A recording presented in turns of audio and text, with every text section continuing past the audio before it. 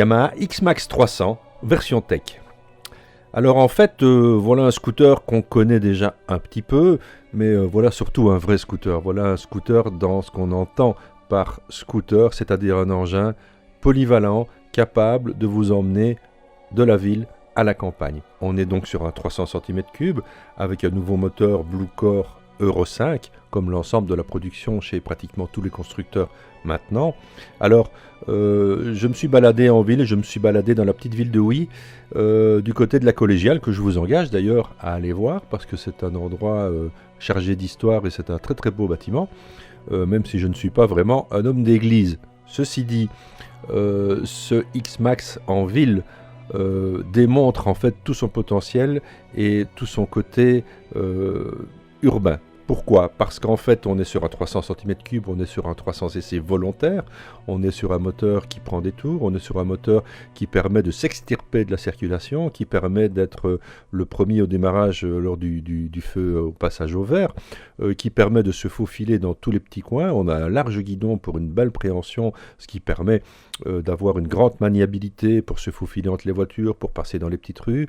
On est sur quelque chose de relativement bas, on a les pieds absolument près du sol, ce qui donne quand même de la sécurité, ce qui permet de se dire tiens, on fait un petit demi-tour, s'il faut mettre un pied par terre, ce n'est pas du tout un problème.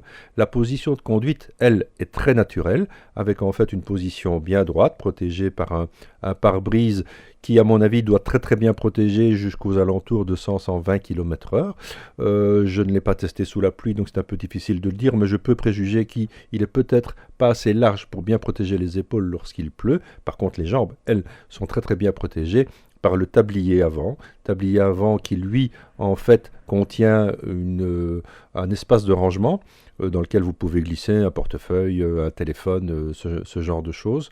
Tant qu'on est sur la partie avant et qu'on est sur le tableau de bord qui allie en fait modernité et classicisme, puisque en fait on a deux grands compteurs, un qui est un compteur de vitesse, l'autre qui est le compte-tours, et au centre on a un écran digital qui lui rassemble toutes les informations de consommation, de kilométrage, de température.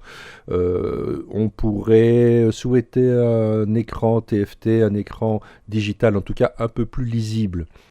Pour revenir sur la notion de confort, parlons un peu de la selle qui est très confortable, aussi bien pour le pilote que pour le passager. Le pilote bénéficie d'un petit retour dans le bas du dos qui permet de bien se caler. Même chose pour le passager, avec ici une petite option qui viendra aussi soutenir le bas du dos du passager. Cette selle offre du moelleux, est très confortable, elle est large, spacieuse et ça donne beaucoup de confort. Alors, sous la selle, maintenant, là c'est aussi la bonne surprise, c'est qu'en fait, on rentre dans le vrai concept du scooter avec des espaces de rangement, et ici, espace de rangement gigantesque qui permet de caser deux casques, qui permet de caser un casque et votre sac de boulot, qui permet d'y glisser un sac de sport, même d'envisager de faire quelques courses. Sincèrement, ça c'est vraiment un point positif de ce scooter, c'est son espace de rangement. Alors une chose très positive aussi, c'est son comportement avec une roue avant de 15 pouces, roue arrière de 14, frein à disque avant-arrière, on a un ABS de série.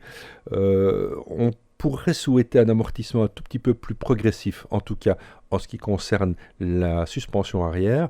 C'est un petit peu sec parfois sur les trous et les nids de poules qu'on peut rencontrer sur nos merveilleuses routes wallonnes. C'est un allumage sans clé, c'est-à-dire c'est un système keyless.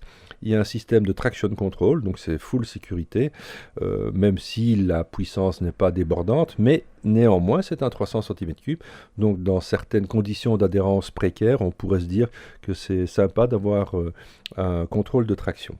Alors, sur le tableau de bord, il y a une prise électrique 12 volts qui permet de recharger divers instruments ou de brancher évidemment un GPS. Alors, comme je vous l'ai dit, un scooter prend évidemment toute sa dimension quand on est en milieu urbain, parce qu'il permet vraiment de se déplacer de manière souple, de manière rapide. On est avec un engin qui consomme environ 3 litres au 100, et donc vos déplacements vont être plus courts et vont être plus économes. Vous êtes moins de temps sur la route parce que vous vous déplacez plus rapidement dans la circulation et vous consommez 3 litres au 100, donc au final c'est une belle économie. Un 300 cm3 par rapport à une cylindrée plus petite, ça offre quoi? Bien, ça offre en fait la possibilité que dès qu'on sort de la ville, dès qu'on se retrouve sur des petites routes, on va être sur un engin agréable, sur un engin amusant qui permet vraiment de prendre du plaisir sur deux roues, un plaisir facile et accessible, puisque évidemment on est sur un scooter, évidemment il n'y a pas de boîte de vitesse, et donc c'est une prise en main directe. Il suffit de mettre le contact, on démarre le moteur, on ouvre les gaz et c'est parti. C'est vraiment très ludique, c'est très amusant. On pourra même se permettre des incartades sur autoroute parce que le 120 km/h est atteint très facilement et on parvient à le garder sans aucun souci. Donc voilà finalement un outil polyvalent, un scooter qui en fait vous permet des déplacements urbains et des déplacements interurbains ou extra-urbain, et pourquoi pas une petite balade le dimanche, où vous pourrez, grâce à ce moteur de 300 cm3, qui je le répète encore une fois est vraiment très volontaire, vous permettre de vous joindre à un groupe de copains qui ont des motos, et de tout à fait suivre un rythme normal sur une balade, et d'aller profiter des petites routes ardennaises, par exemple, lors d'un dimanche, avec une belle météo, et pourquoi pas même emmener madame avec vous. Donc, toute la polyvalence du scooter, on la retrouve ici dans ce X-Max, avec évidemment, on est un peu dans le haut du panier en termes de production, on est à 6 699 €. Alors, est-ce que ce tarif un petit peu haut pour un scooter est justifié? Je vais dire oui. Pourquoi? Parce qu'on est sur un engin abouti, on est quelque chose qui est très très bien fini, on est avec des beaux matériaux, on est avec un bel assemblage. Donc c'est vraiment un bel engin à se dire, ben, je vais avoir ça dans mon garage et je peux, quand j'en ai envie, quand les conditions le permettent, je peux aller travailler avec cet engin, je peux aller me balader avec cet engin et je peux avoir une vraie polyvalence pour un prix qui finalement, vu le peu de consommation de ce scooter, peut être quand même intéressant comme investissement.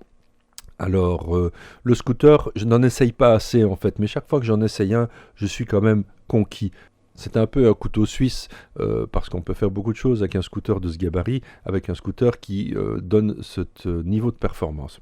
Au niveau des griefs, ben voilà, je serais peut-être partisan d'un pare-brise encore un tout petit peu plus large pour offrir encore un peu plus de protection, peut-être au détriment du look, d'avoir peut-être des poignées chauffantes, ça peut être utile sur un scooter, et des suspensions un tout petit peu plus progressives, en tout cas au niveau de l'arrière. Je n'ai pas le même ressenti au niveau de l'avant.